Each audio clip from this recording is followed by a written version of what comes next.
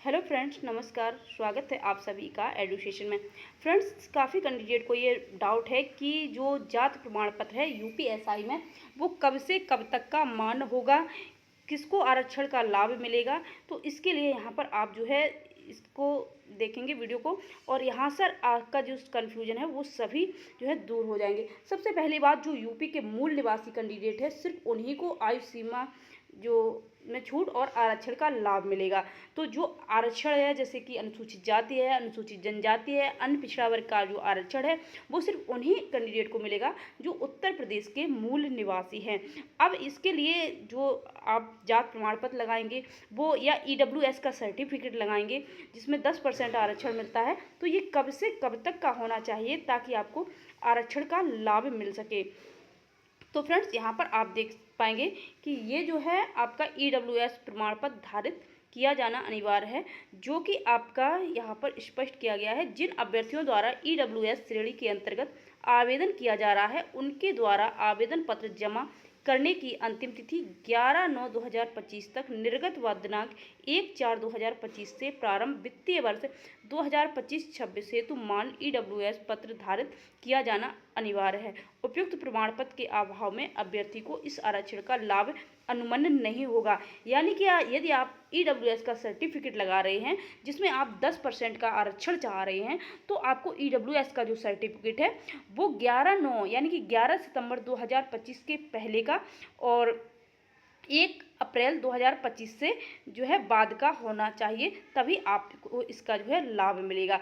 बाकी की अनुसूचित जाति, अनुसूचित जनजाति, अन्य पिछड़ा वर्ग, इन सभी कैंडिडेट को अधिकतम आयु सीमा में छूट का जो विवरण है वो यहाँ पर दिया गया है। 5 वर्ष का छूट सभी को मिलना है। इसके साथ साथ जो इनका जो 3 वर्ष का छूट मिला है शासनादेश के अनुसार वो छूट इनको दिया जाएगा, यानी कि टोटल 8 वर्ष का छूट दिया जाएगा। तो फ्रेंड्स, यहाँ पर इनका श्रेणी में जो इनका प्रतिशत है वो यहाँ पर दिया गया है। अब इसके बाद हम लोग देखेंगे कि इनका जो जाति प्रमाण पत्र है वो कब से कब तक का होना चाहिए तो इनका जो है मान्य होगा। फ्रेंड्स, यहाँ पर आप देख सकते हैं ये जो तालिका दी गई है, इस तालिका के अनुसार समय सीमा दी गई है कि विभिन्न आरक्षित श्रेणी के अभ्यर्थियों द्वारा प्रस्तुत किए जाने वाले प्रमाण पत्रों की समय सीमा और तिथि यहाँ पर दी गई है। आरक्षित श्रेणीवार अभ्यर्थियों को प्रस्तुत प्रमाण पत्र का यहाँ विवरण दिया गया है। प्रमाण पत्र जारी करने की यहाँ पर तिथि दी गई है और प्रमाण पत्र जारी होने की अवधि जो है क्या हो तो आपका ये मान्य होगा।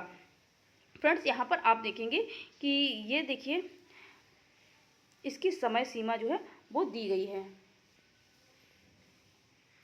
इनका जो प्रमाण पत्र है वो 11/9/2025 के पहले का होना चाहिए, तो आपको अनुसूचित जाति का जो है वो लाभ मिलेगा। वहीं पर अनुसूचित जनजाति का जो है 11 सितंबर से पहले का होना चाहिए 2025 का, तो इनको लाभ मिलेगा। अब बात करेंगे अन्य पिछड़ा वर्ग का। अन्य पिछड़ा वर्ग, यदि आप ओबीसी से फॉर्म जो है वो अप्लाई करते हैं तो इसके लिए वित्तीय वर्ष 2025-26 का प्रमाण पत्र जो कि दिनांक 1 अप्रैल 2025 से आवेदन पत्र जमा करने की अंतिम तिथि तक अवश्य निर्गत होना चाहिए, और ये आपका 11 सितंबर 2025 के पहले का और 1 अप्रैल 2025 के बाद का होना चाहिए। यानी कि इसी 5-6 महीने के बीच का यदि आपका जाति प्रमाण पत्र है तभी इसको आपको आरक्षण का लाभ मिलेगा, नहीं तो आपको आरक्षण का लाभ नहीं मिलेगा। इसी प्रकार से ईडब्ल्यूएस के जो भी कैंडिडेट हैं उनको भी इसी प्रकार से 1 अप्रैल 2025 के बाद का और इसके साथ साथ जो है 11 सितंबर 2025 के पहले का आपको ईडब्ल्यूएस का सर्टिफिकेट लगाना होगा, तभी आपको जो है आरक्षण का लाभ मिलेगा। बाकी का सभी जो है 11/9/2025 के पहले का है तो आप लगा सकते हैं। मूल निवास प्रमाण पत्र के संबंध में जिस भी कैंडिडेट को डाउट है तो ये आपका 11 सितंबर 2025 के पहले का है, तो आप इसको लगा सकते हैं। ये 6 महीने के अंदर का जो है नहीं, इसमें कोई ऐसा रूल है कि ये 6 महीने के पहले का ही हो। सिर्फ ईडब्ल्यूएस और ओबीसी के कैंडिडेट को ही 6 महीने के अंतर्गत का जो है जारी हुआ जो है जाति प्रमाण पत्र लगाना होगा। तो फ्रेंड्स, उम्मीद करते हैं जिन भी कैंडिडेट को जाति प्रमाण पत्र से संबंधित डाउट था तो उनका क्लियर हो गया होगा। फ्रेंड्स, वीडियो पसंद आई हो तो वीडियो को लाइक, चैनल को सब्सक्राइब, वीडियो को शेयर जरूर कर दें। वीडियो को फुल वॉच करने के लिए बहुत बहुत धन्यवाद।